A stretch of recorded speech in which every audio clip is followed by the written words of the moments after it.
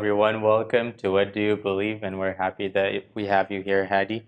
Thank you for being here. Jeremy, thank you for being here. And also Dr. Nagy Eskandar, thank you for always being here. Thanks. Dr. Nagy Eskandar is a medical doctor and he's the fellow of the Royal College of Surgeons of England. And he practiced surgery for 25 years and he wrote a book about creation under the microscope. Thank you, doctor, for being here. Thanks, and David. we've been talking about dinosaurs. Exactly. So now dinosaurs entering the ark. Absolutely, yes. Now, we spoke about dinosaurs from evolutionary point of view, and we discovered there are major problems, and the operational science showed there are soft tissues and red blood cells, so they don't last for millions of years. We looked at the biblical view of dinosaurs as creeping animals created on day 6, and the flying dinosaurs are the tannins, which were created as with flying creatures in day 5. Now, we have about 1600 years from the creation till the flood, and we discussed Noah's Ark, the big size ark, and God asked for all the animals, the clean animals 7 pairs, and for unclean animals 2 pairs to come in. So dinosaurs came into the ark, and the Lord brought the animals to Noah. He didn't have to go out to find them, and we said that God has control on his creation and creatures, so that can be done. So let us talk about dinosaurs. Dinosaurs, as we can see on the screen here, hatch from an egg, a small egg, like a football-sized egg. So the small dinosaurs will be just small creatures. And when God will bring dinosaurs to Noah, he will bring the small ones that will multiply after they come out from the ark. How do we know that dinosaurs were in the ark? The reason is there is a description of a creature very similar to dinosaur in a book of Job in chapter 40, and we'll study that in detail together. And Job had seen that creature, and God is saying, I have made these creatures at the beginning of creation with you. Probably the same day, obviously it is the same day, because the day 6, the creeping animals and man and woman. So God is using a description of that big animal, which, as I said, represents a dinosaur. Sometimes, unfortunately, in the commentaries in the Bibles, you'll find people saying, oh, it looks like an elephant, or it looks like a hippopotamus. And we will see how that is really completely wrong. That's why we try to insert man's view in the Word of God. So let us see on the screen, Job 40, verse 15 to 16. Behold now Behemoth. He called him Behemoth because the word dinosaur was not invented, right? Which I made with thee. He eateth grass as an ox. So the original food of a dinosaur is grass, is vegetarian.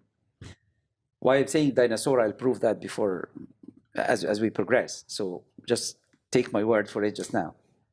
Lo now, his strength in his loins, and his face is in the navel of his body. And his force is in the navel of his belly. So the Lord is describing a big, huge animal, and this huge animal have a strong strength in his loins and in his belly, his tummy. His bones are as strong pieces of brass, like the brass, very strong bones, and that really applies to dinosaurs. His bones are like bars of iron, and this is written in a poetic language, so there is a contrast, brass and iron, right? He is the chief of the ways of God. He, Behemoth, his tail is like the cedar, and the cedar is a big tree in Lebanon. So let us look at the cedar. This is the tree called cedar tree in Lebanon. So the Lord is describing this strong animal with bones like brass and iron, and a tail, a strong tail like the cedar of Lebanon. As I said, in some of the commentary Bible, they put in the bottom, this behemoth is probably like an elephant. Now let us look at the tail of an elephant. The tail of an elephant is like this. This is no similarity to the cedar of Lebanon at all. The next creature that they refer to as behemoth is hippopotamus. So let us look at the tail of hippopotamus. This is the tail of hippopotamus. No similarity to the cedar of Lebanon at all.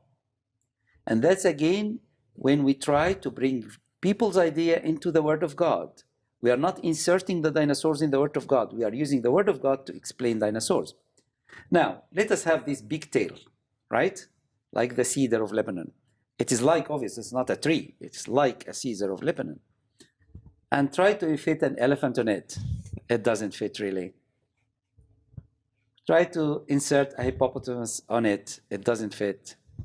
But let us bring this animal. And this is Brachiosaurus, which really gives the description of the behemoth. And this is a type of dinosaurs. So Job had seen this dinosaur. Job was able to understand what God is talking about when he described this big animal. And God is telling him this animal originally ate grass. And this animal was made on the same day that the Lord made humans. I think that's amazing.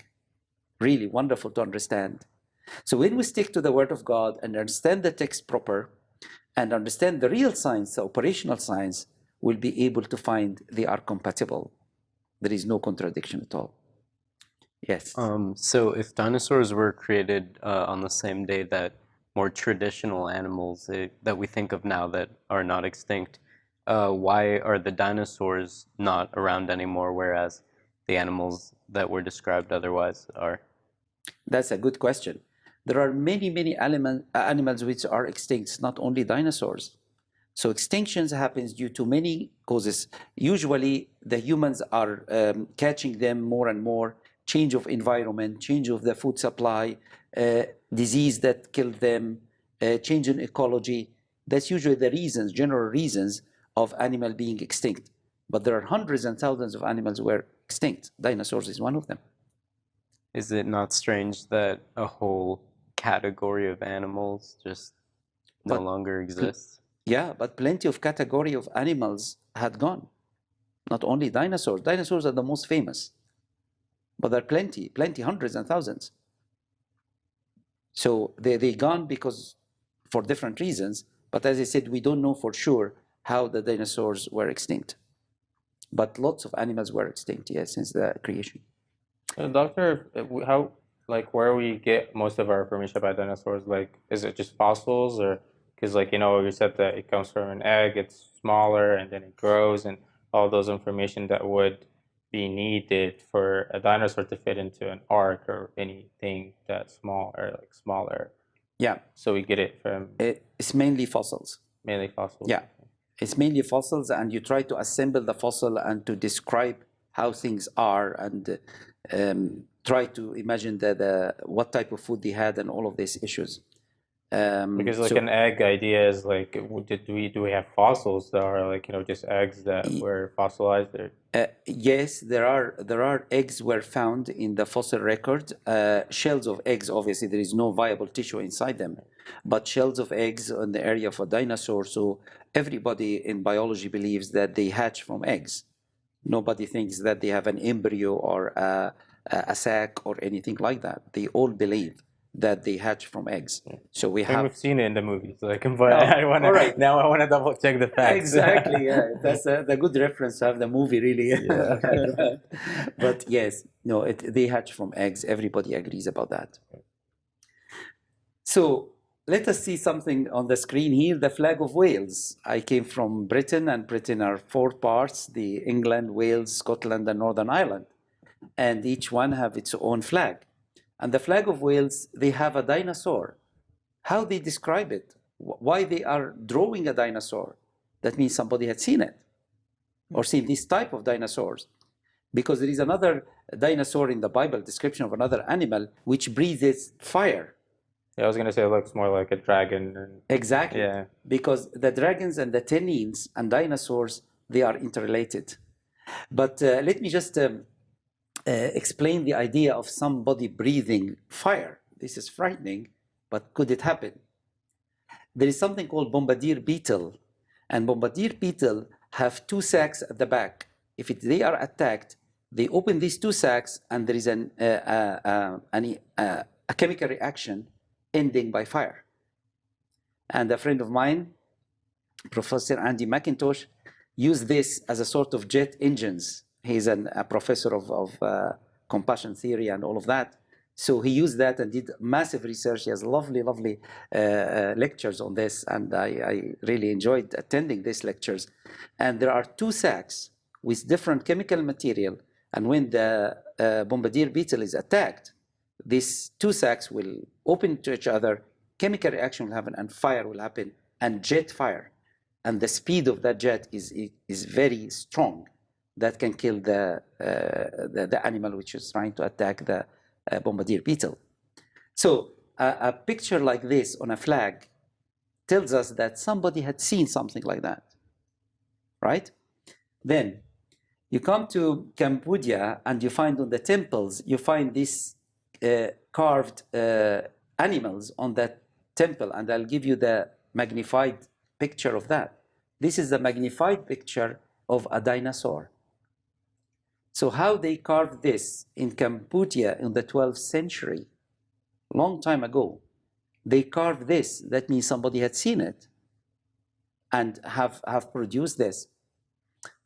There are other examples actually in Britain, in Carlisle, a place between Scotland and England. They have the tomb of one of the bishops, and on the edge of that tomb there are drawings of a dinosaur.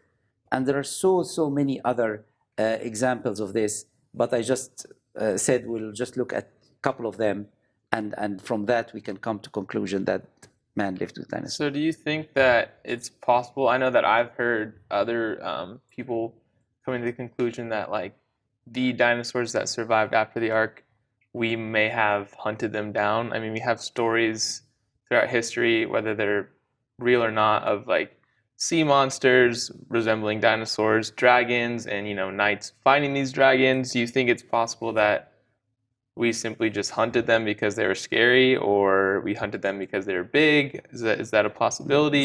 Yeah, Jeremy, that's possibly a possibility, definitely. But the problem is when you say we hunted them, they said, oh, we never lived with dinosaurs. Sure. But they believe that the birds are the descendants of dinosaurs and we live with birds. So yes, overhunting is one of the reasons of extinction of many animals, and that could be a possibility. Sure. So I live in Scotland, and we have the Loch Ness Monster, and the people are just. I was visiting a few years ago, and people with cameras and staying all day and night to try to find this monster. Right. So, yeah, all this, even these stories, tells us there was something. Yeah, and yeah, overhunting can be a cause, definitely, Jeremy. Yeah. Thank you, guys. We'll take a short break. Well, don't go anywhere. We'll talk more about dinosaurs when we come back.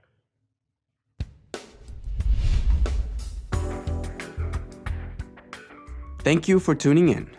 If you have any questions or comments, or if you'd like a copy of this episode, please call 714-709-4300 or email us at info@alkarmatv.com. You can also visit our website at www.alkarmatv.com.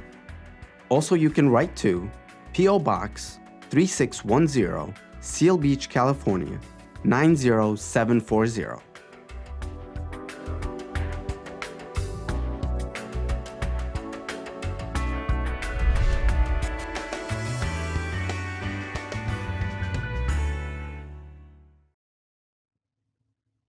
Welcome back to What Do You Believe? And we've talked a lot about dinosaurs. Maybe we take them back to the Ark, or we go back to the Ark. Right. So we have a convincing evidence now. They were on the Ark. They came out of the Ark.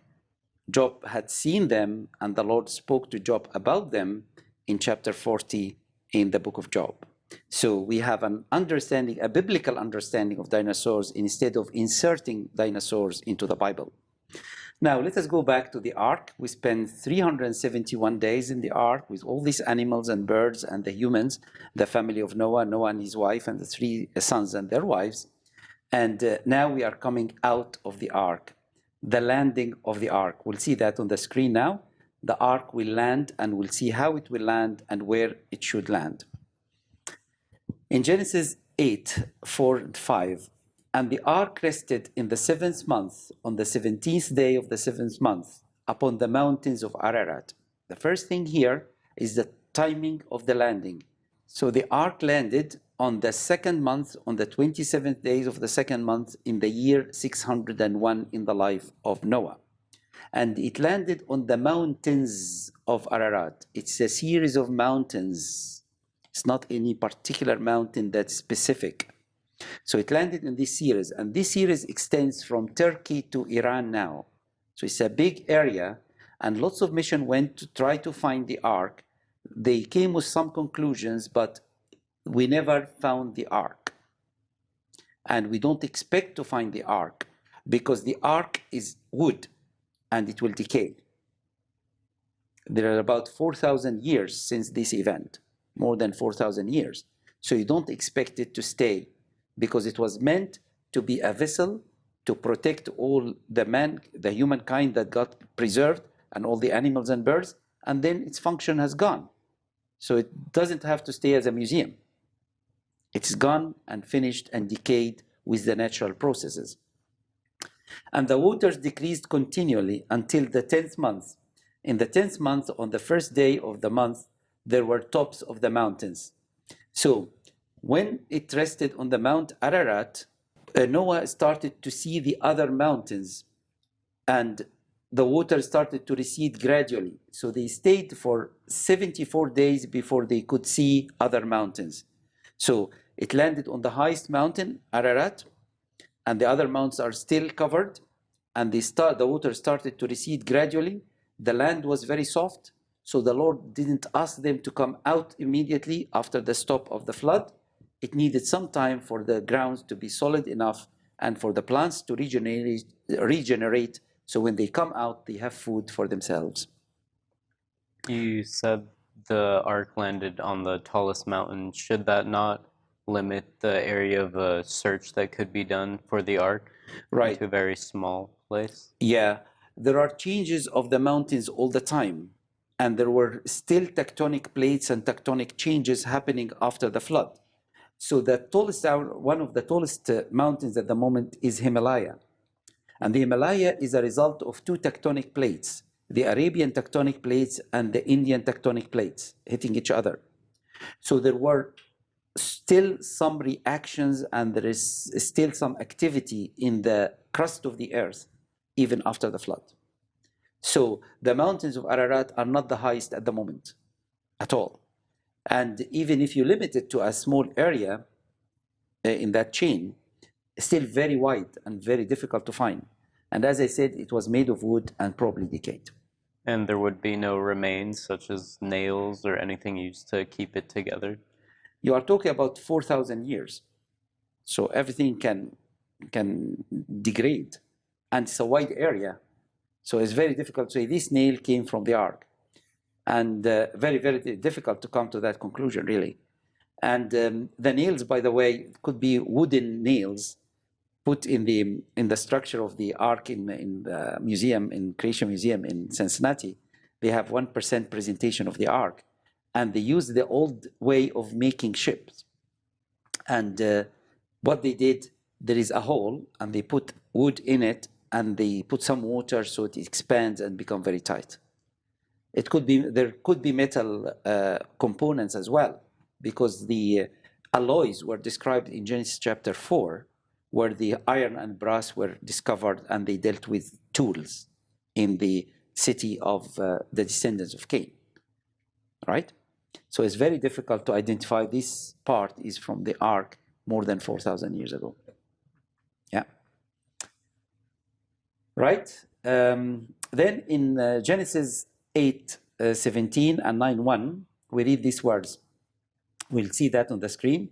Bring forth with thee, the Lord is asking Noah now to come out of the ark. Bring with thee the animals, both the fowl and of the cattle and of every creeping thing that creepeth upon the earth. They may breed abundantly on the earth and be fruitful and multiply upon the earth. So the Lord is blessing these animals and these birds in the ark, stayed in the ark for over a year, now coming out to be blessed and be fruitful and multiply. And God blessed Noah and his sons, and unto them he said, be fruitful and multiply and replenish the earth. So that is the covenant that's going to start after the end of the flood.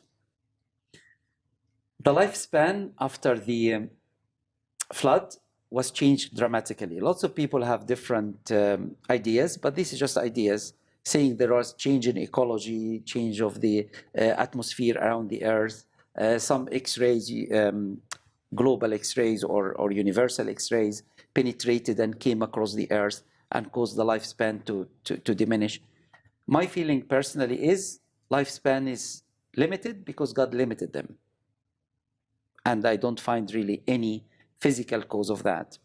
So let us have this little curve here.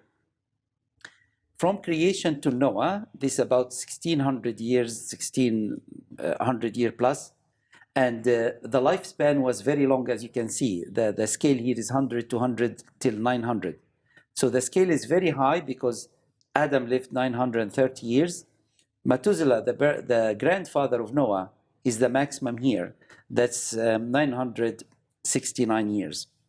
And the Bible is very accurate. It's not 970 or 75 or 65. It is very specific. That's why really it saddens me when people say that Moses wrote based on Gilgamesh or other civilizations. Because when you read about Gilgamesh, it is just a story and it is a myth and it has no specifications and it is a cruel person and gods are fighting to create. That's completely different from the Bible.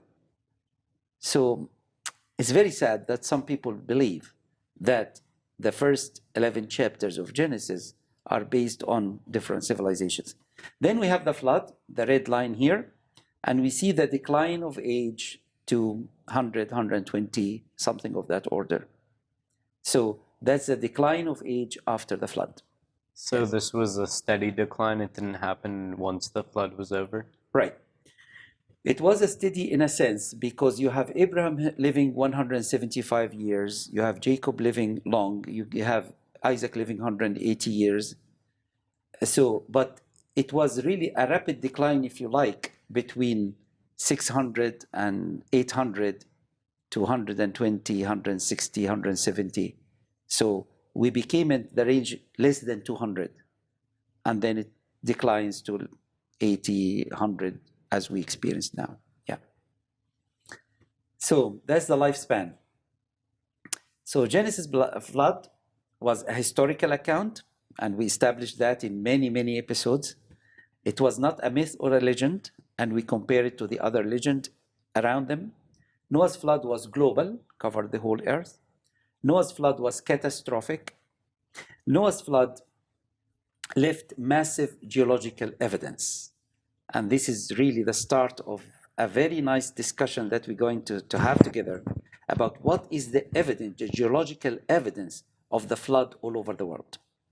So apparently the flood is a huge event, and Yes. I know you like to call it events, not stories, Yes. that would maybe explain things in geology, like you said, we've talked about fossils.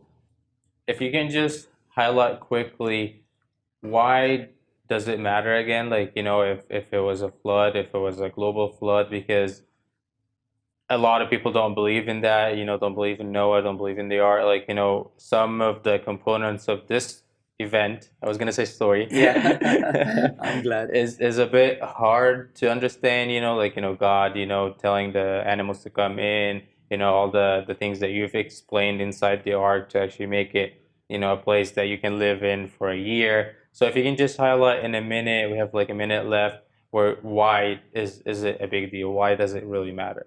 Because it was a catastrophic event. We have two types of geology, as we explained before. Uniformitarian geology, that they believe that what happened in the past is still happening now. So they try to explain the past with the processes that's taking place now. That's uniformitarian. And for that, they need millions of years of death and life. We believe in the catastrophic geology, the geology of the flood. And because of that, we can understand that the fossils can fossilize, the dead creatures can fossilize very quickly. We believe that the deposition of the layers can happen very quickly. So we understand geology completely different between the catastrophic geology of the flood and the uniformitarian geology of the evolution. Great. So it's a massive difference between the two. Great, thank you all for being here. Robin Williams said, no matter what people tell you, words and ideas can change the world. So think about your ideas. Ask yourself, what do you believe? Thank you for watching.